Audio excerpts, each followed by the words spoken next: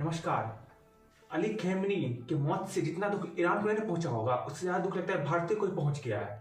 मतलब कि ईरान की महिलाएं इसको मतलब कि खुशी के अवसर के तौर पे मना रही है, लेकिन भारतीय महिला को लगा है उसका रहबर चला गया।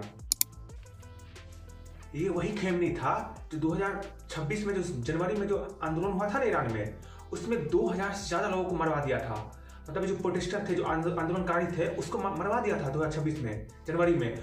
उसी के बाद अमेरिका बोला था क्या, जो मतलब प्रोटेस्टर पे जो प्रोटेस्टर, उसी आंदोलन के बाद अमेरिका बोला था क्या, जो मतलब कि हम ईरान के जो जनता है उसका मदद करेंगे। मतलब कि ईरान की जनता जो प्रोटेस्ट कर रही थी, मतलब कि वहाँ के मेरी डिक्टेटरशिप के खिलाफ प्रोटेस्ट कर रही थी, वहाँ कर रही थी। वहाँ पर जो एक ही डिक्टेटरशिप है ना, मतलब इस्लामिक लॉ को मानने वाला खेमनी, तो वो तो मतलब महिलाओं को आज़ादी देता नहीं था। इससे पहले भी 2024-23 में हिजाब आंदोलन हुआ था। जो हिजाब आंदोलन कराई थी महिला, उसको शायद नोबेल पीस प्राइज। हम आपको कुछ भारतीय महिला को सुनाएंगे, उसमें उनके शब्दों को देखिएगा। उनको लग रहा है क्या ईरान में इतने लोग मारे कि उसका दुख नहीं है उनको, बिल्कुल दुख नहीं है। लेकिन खेमनी जो तानाशाह था वो मारा गया तो उनको लगता है बहुत दुख हो गया।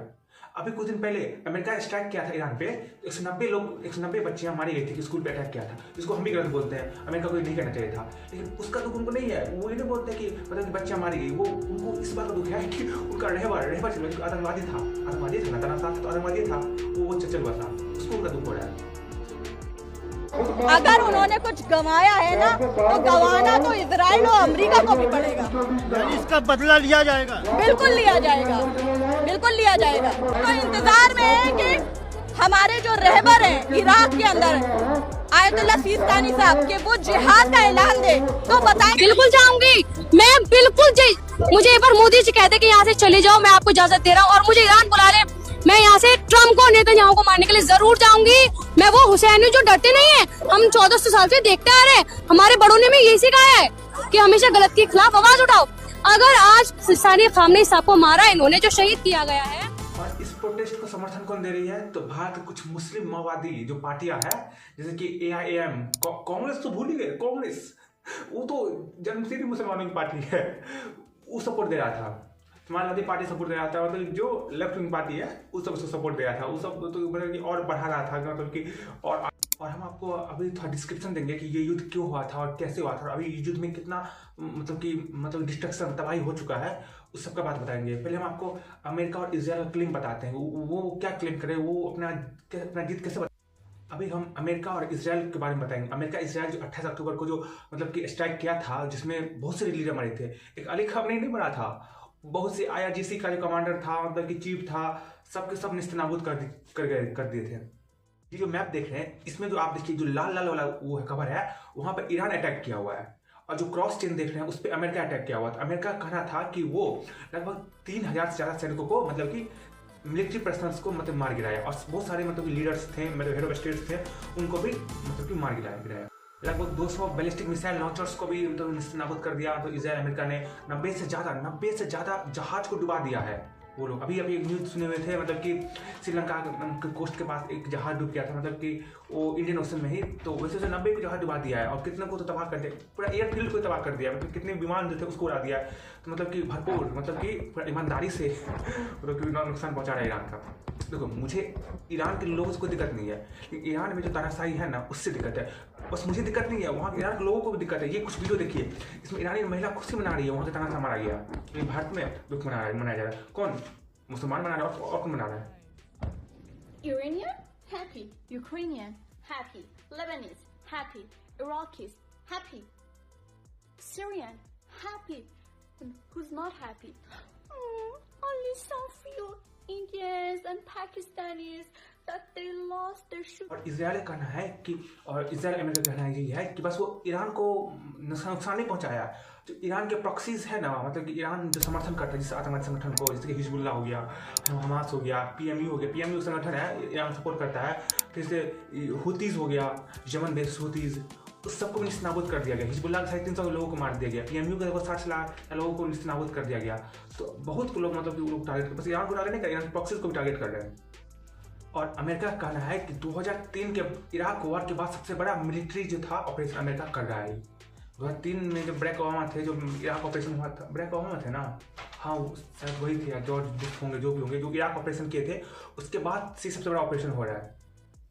और अभी तक तो आपको हम अमेरिका और इसराइल का मतलब कि जो वो लोग क्लेम करे थे वो बताए थे। अब ईरान कुछ क्लेम समझ लीजिए।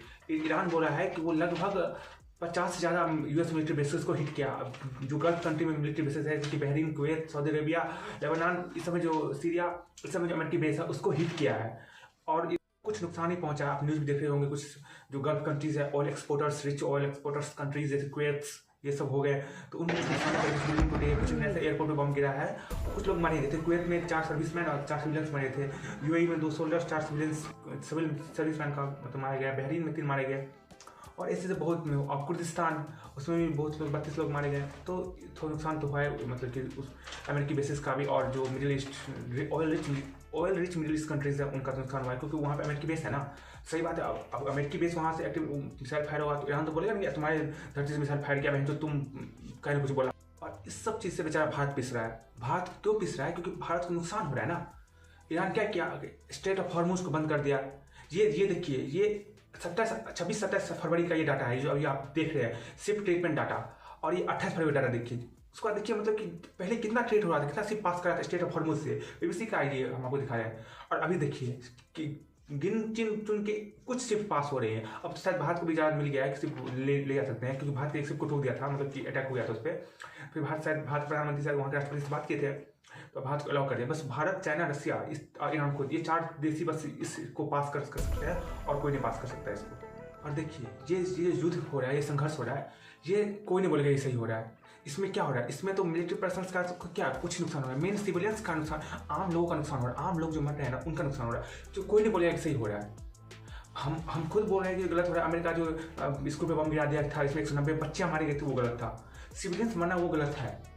ईरान को भी अटैक नहीं करना चाहिए था, मतलब ईरान भी सिविलियंस को टारगेट करा, एयरपोर्ट, दुबई एयरपोर्ट्स को टारगेट करा, किस को टारगेट, वो भी मैं ये बोलना चाहता हूँ कि मतलब कि जब बातचीत से मैटर हल हो सकता है तो हल कर लेना चाहिए। वैसे हमको नहीं लगता है कि डोनाल्ड ट्रंप बातचीत करने वाले हैं। वो सीधे बोले कि ईरान मतलब कि हमारे खतरा है तो हम उसको निपट लेंगे, अपने हिसाब से देखेंगे। बस हम यही बोल रहे हैं कि मतलब कि आम लोगों को बहुत सफर करना पड़ता है लड़ाई से, किस दोनों देश में।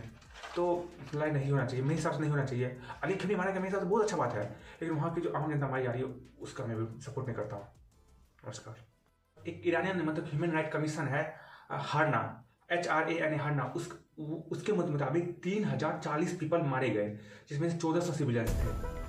और एक Kurdish international human right organization है हैंगाओ। ये मेनली ऑर्गेनाइजेशन तो नॉर्वे में लिस्टेड है, लेकिन ये मेरी ईरान के कुर्दिश पीपल को मेनली रिपोर्ट करता था। मतलब उसके मतलब यूनिसाइड्स पे वो जो उनको जो ईरान गवर्नमेंट उस पर अत्याचार करता था उसको मतलब कि रिकॉर्ड करता था। उसके 5000 लोग मारे गए, जिसमें से 480 सिविलियन से उनके हिसाब से मेनली मिलिट्री पर्सन्स मारे गए हैं।